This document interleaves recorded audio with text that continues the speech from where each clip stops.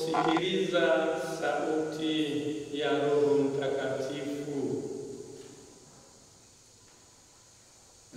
Na Mama Kanisa anatukumbusha kwamba tendo lolote la utambuzi, kwa lugha ya Kiingereza wanasema every act of discernment, huanza kwa sala na ukimya. Leo kutakuwa na uchaguzi wa viongozi wa shirika letu, na tumeanza na ibada tena misa ya Roho Mtakatifu, ili Roho Mtakatifu angaze akili zetu. Kwa hiyo tendo lolote muhimu linaanza kwanza na sala na tafakari. Kwa hiyo katika ibada ya misa tunamuomba Roho Mtakatifu, na wakati huo tunafanya tafakari kubwa ili kupata wale ambao watakaotuongoza kwa kipindi kijacho. Somo la kwanza tumesikia kutoka katika kitabu cha Matendo ya Mitume, linahusu uchaguzi. Baada ya Yuda kuondoka zake, sasa mitume walihitaji mtu mwingine kushika nafasi yake. Kuna watu wawili, Yusufu na Matia. Sasa nani kati ya hao? Nani kati ya hao wawili? Sasa mitume ndio hapo wakasali kumwomba Mungu, wewe ndio unayejua mioyo ya watu, tuonyeshe kati ya hawa ni nani unayependa wewe. Kwa hiyo Mwenyezi Mungu ndiye anayejua mioyo yetu, na hatujui ni nani, ila tunamuomba Mungu atuangaze. Mungu Roho Mtakatifu atuangaze. Kwa hiyo waliomba na baadaye wakapiga kura, nikamwambia Matia. Na sisi tunaomba kwa sababu kundi kubwa, lipo kundi kubwa, watu walipendekezwa, hatujui. Sasa kwa hiyo tunaomba Mungu unayejua mioyo ya watu, kuonyeshe nani kati ya hao. Na Petro katika somo la pili tumesikia akionyesha waziwazi jukumu la kiongozi.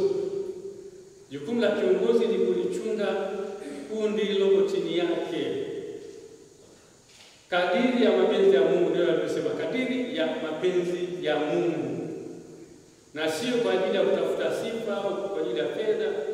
Na tena akasema kwamba na sio kuongoza kwa mabavu, sio kuongoza kwa mabavu, bali kwa moyo.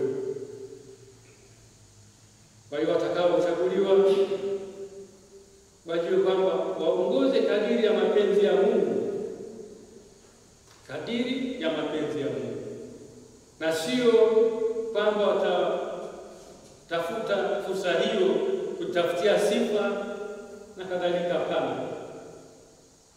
ni kwa kutawala, kuongoza kadiri ya mapenzi ya Mungu.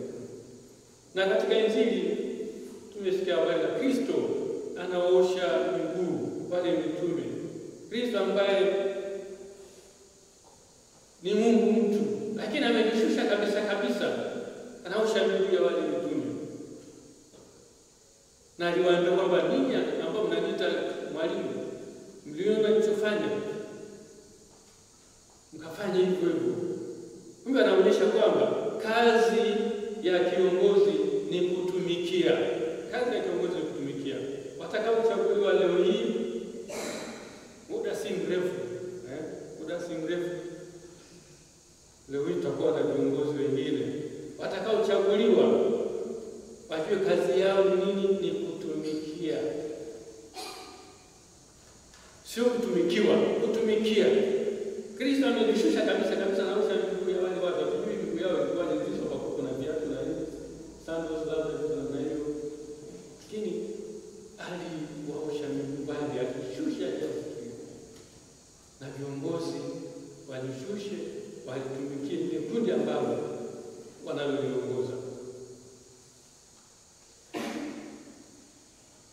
wapendwa katika Kristo. Atakayechaguliwa kuwa mkuu wa shirika hachaguliwi kwa ajili ya heshima, madaraka au maslahi binafsi, lakini anaitwa kutumikia, kubeba mzigo wa upendo kwa shirika zima na kumsaidia kila mtawa, kila mwanachama kubakia mwaminifu kwa karama ya mwanzilishi. Ndio jukumu la mkuu wa shirika, kuwatumikia, kuwaongoza watawa ili wabaki waaminifu kwa karama ile ya mwanzilishi. Mtakatifu Paulo anatukumbusha vipaji vya kiroho ni vya aina nyingi, lakini roho vitoaye ni huyo mmoja. Barua ya kwanza Paulo kwa Korinto sura ya 12:4. Roho aliwezesha shirika hili kuanzishwa miaka hiyo huko nyuma iliyopita huko. Ni Roho yule yuko pamoja nasi leo hii. Aliwezesha shirika hili kuanzishwa, ndio huyo ambaye yuko pamoja siku ya leo, ambayo siku muhimu. Kazi yetu ni kuamini kuwa Roho wa Bwana anajua tayari mahitaji ya shirika. Roho wa Bwana anajua tayari mahitaji ya shirika na changamoto za nyakati na moyo wa yule atakayechaguliwa kulitumikia shirika. Haya ni matumaini yetu. Huyu Roho anajua yote haya. Uongozi katika shirika sio juu ya kutawala, bali juu ya usimamizi, kulinda karama ya shirika, kukuza umoja na kutambua alama za nyakati kwa ujasiri na unyenyekevu. Mkuu wa shirika atakayechaguliwa atapasika kusimama katika njia panda. Njia panda, unapotembea hivi alafu unakuta njia panda zinagawanyika hivi. Anasimama hapo zimegawanyika hivi na hivi. Sasa hizi njia panda zikoje? Moja ni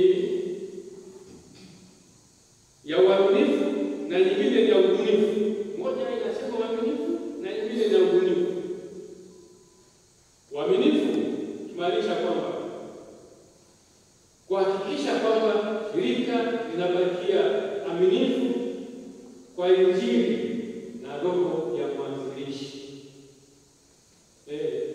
Hakikisha kwamba shirika linabakia aminifu kwa Injili na ile roho ya mwanzilishi. Hiyo na ni moja hiyo inaelekea. Haya nyingine, yapana nyingine inasema nini? Kuhusu mambo ya ubunifu. Katika kujibu kilio cha ulimwengu wa sasa. Kilio cha ulimwengu wa sasa. Ulimwengu unabadilika na changamoto ziko nyingi. Wakati shirika lilianzishwa na sasa hivi ni tofauti. Changamoto wakati ule na sasa hivi ni tofauti. Kwa hiyo huyu mkuu wa shirika anapaswa pia angalie kuwa mbunifu kuendana na changamoto za sasa hivi. Changamoto za sasa hivi na sio kubakia huko kale. Changamoto za sasa hivi, bakia waaminifu katika Injili na roho ya mwanzilishi, lakini wakati huo kuna hizi changamoto za sasa. Kwa hiyo mtu anakuwa mbunifu na kuviingiza hivi vyote, shirika liendelee kusonga mbele. Ulimwengu unabadilika, ndugu zangu wapendwa sana mtawa. Kwa hiyo swala la ubunifu na kukubali mabadiliko katika jamii ni muhimu kabisa. Siku hizi pia hata vyombo vya mawasiliano vipo. Sasa mtu hawezi kusema kwamba kiongozi hawezi kusema kwamba hivi vyombo vya mawasiliano si vizuri, vinaweza vikaribu watawa.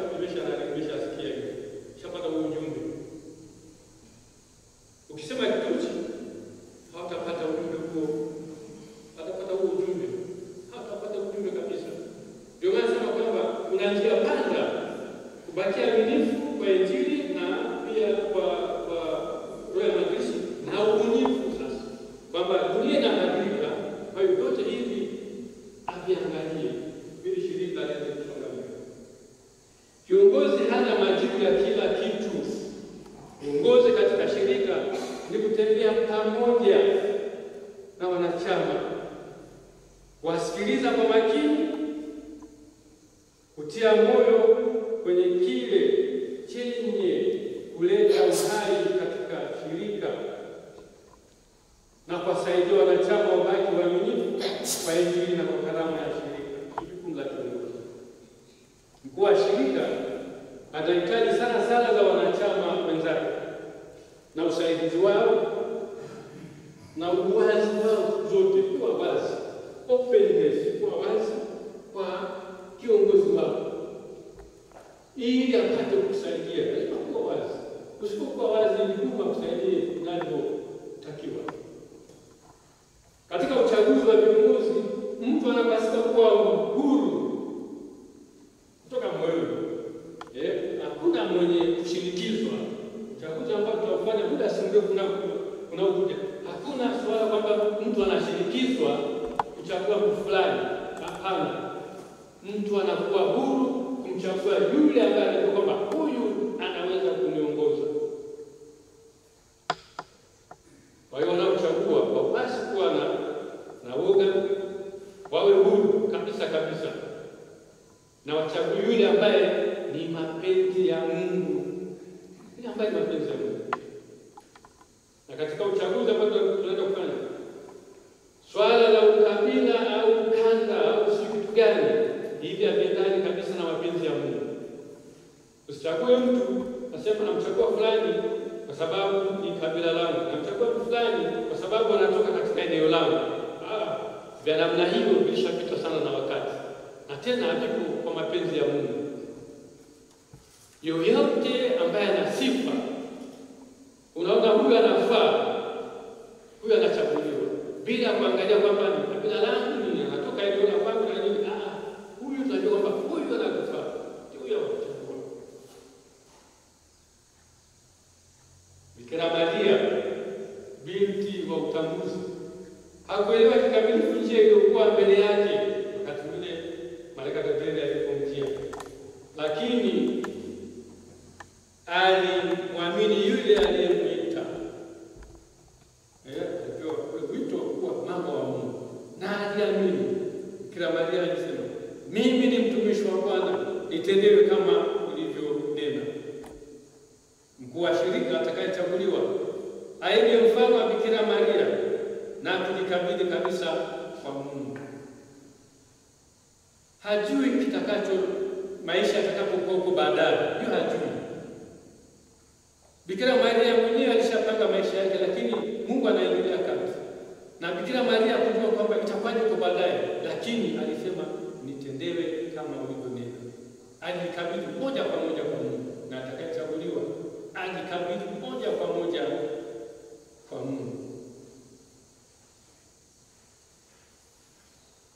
Ndugu zangu wapendwa wa utawa, mkuu wa shirika awe na sifa zipi?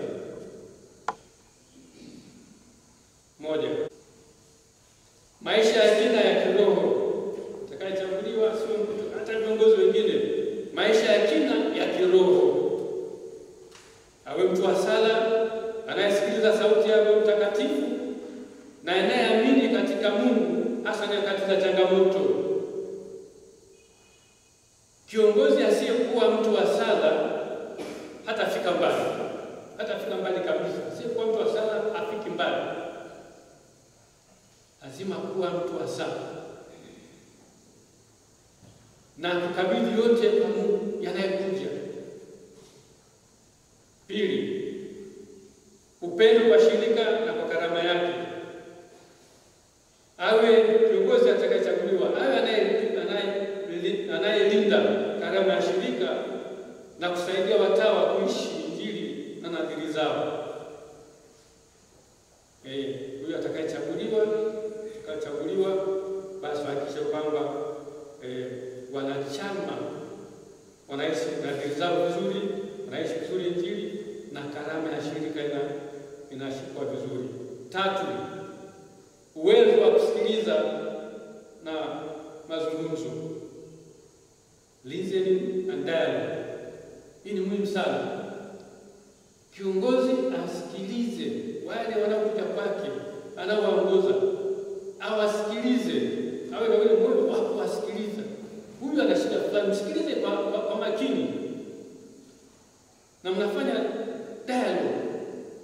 kiongozi ambaye hana moyo wa kusikiliza kwa kweli hafai, kwa sababu binadamu tunazo changamoto nyingi, na jinsi pia kuishi maisha yenu kama watawa, changamoto ziko nyingi.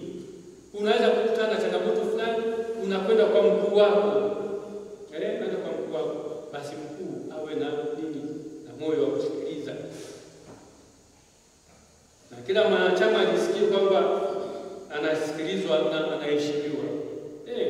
Kwa hiyo kiongozi akisha kwamba anawasikiliza wale wanaowaongoza, na pia kila mmoja, kila mwanachama ajisikie kwamba kweli unaheshimika katika shirika hili. Ninaheshimika, mkuu wangu ananitambua, ananiona kama mimi mwanachama, ananisikiliza. Hiyo ni muhimu sana. 4, roho ya huduma na unyenyekevu. Kutumia uongozi kama huduma na sio madaraka. Anayeongoza kwa mifano, anayeongoza kwa mifano, lazima aongoze kwa mifano, kwa unyenyekevu, kwa uadilifu, anayefikika na mwenye huduma. Tukachaguliwa aongoze kwa mifano, kwa mifano. Sasa huwezi kuambia wanachama kwamba jamani, mwe watu wa sala, alafu wewe watu kweli unasali. Na maana gani? Haiwezekani. Jamani, tufunge mikanda, wakati hatukuona wewe umefunga mikanda.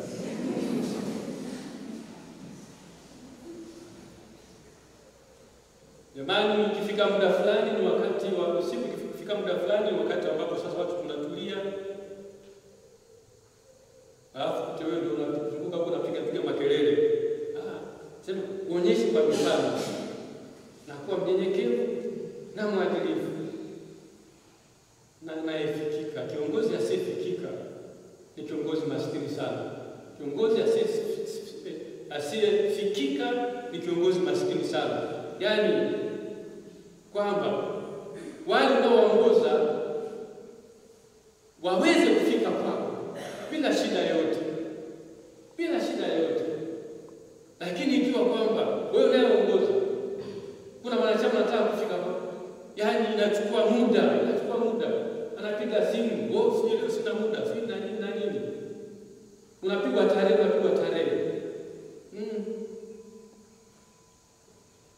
Au kiongozi asiye yule ambaye kwa kweli mtu anapokuja kwako hajisikia amani sana, Hapana. Kiongozi ni mzuri yule ambaye mtu anapopenda kwake, huyu mtu anajisikia amani kabisa. Yaani hana hofu, anajisikia amani kabisa, anaenda kwa kiongozi wangu, ananisikiliza, basi mimi nafurahi. Lakini kabla hajaenda umeshaanza kutoka jasho mpaka hata kwenye kucha. Sasa mama mkuu ataniambia nini? Mama mkuu ataniambia nini na nini? Atakuwa na hofu na kutoka jasho na nini? Hapana. Kiongozi awe yule ambaye kwa kweli anafikika. Kweli anafikika. Asiyefikika ni kiongozi duni sana. Awe na huruma. Changamoto ziko nyingi ndugu zangu wapendwa watawa, changamoto ziko nyingi sana. Tunapitia changamoto nyingi sana katika kuishi. Au watawa wanapitia changamoto nyingi sana katika kuishi na dini. Ziko changamoto nyingi sana. Sasa lazima kuwa na huruma. Mtawa amepitia changamoto fulani, amepata shida fulani, basi huyu muone huruma, akamsaidia ipasavyo. 5, busara na utambuzi. Awe anaweza kusoma alama za nyakati, anayefanya utambuzi kwa njia ya sala, ushauri na hekima. Anaweza kufanya maamuzi kwa ujasiri. Huyo ndio kiongozi ambaye tunayemhitaji. Kwa hiyo busara ni hekima. Anafanya maamuzi kwa ujasiri, ndio tunayemtaka. Pia sifa nyingine 6 ambaye aliye na tabia ya uangalizi wa kimama, uangalizi wa kimama. Kina mama ni watu ambao wana huruma. Kwa hiyo tunamchagua awe anayejali maslahi ya kila mtawa, anayewasaidia watawa katika utume wao, awe na ule moyo wa kweli wa kimama. Watawa wanafanya kazi sehemu mbalimbali, maeneo tofauti, sehemu nyingine kuna changamoto nyingi tu, maisha ni magumu. Basi huyu kiongozi hao ni kwamba wale wanaishi katika mazingira magumu, hawa niwe na moyo wa kimama, kama vile mama anavyompenda mtoto wake mchanga, anamsaidia, anamlinda. Basi na wale ambao sehemu ambazo zina changamoto pia aweze kuwasaidia hao. 7, awe na uwezo wa kukuza ushirika,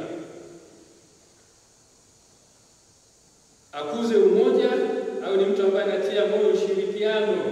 Umoja katika shirika ni kitu muhimu sana. Kiongozi ambaye anayevuga watu, anayeleta makundi, hapana, kiongozi ambaye hafai. Hiyo ni kiongozi ambaye anayewavuta wote, bila kusema kwamba kuna kanda fulani, kuna kabila fulani nini. Yeye anawaleta wote, anakumbatia wote. Kwa hiyo awe na uwezo wa kufanya nini? Wa kuwaleta wote, na watu wasahau mambo ya makundi, wasahau mambo sio ukabila na nini, watu wasahau, wajione kwamba ni kitu kimoja. Na kiongozi akifanikiwa katika hilo, kwa kweli atakuwa amefanya jambo jema. Kwa hiyo tunahitaji kiongozi ambaye atakayeleta ushirikiano na ambaye atajenga daraja kati ya shirika na kanisa kwa ujumla. Shirika na kanisa kwa ujumla. Shirika halipo au watawa hawaishi wenyewe tu, watawa ndani ya kanisa. Kwa hiyo kiongozi atakayechaguliwa, mkuu wa shirika atakayechaguliwa kisha kwamba wala anajenga daraja kati ya shirika na uongozi. Katika jimbo kuna viongozi wa kanisa, kuna askofu, wapo na mapadri na kadhalika, maparokiani kuna maparoko na kadhalika. Sasa kiongozi atakayechaguliwa awe yule ambaye anaweka daraja kati ya watawa na uongozi wa kanisa. Asiwe yule ambaye haweki daraja. Yaani awe yule ambaye kwa kweli anayejenga mahusiano mazuri kati ya shirika na uongozi wa jimbo.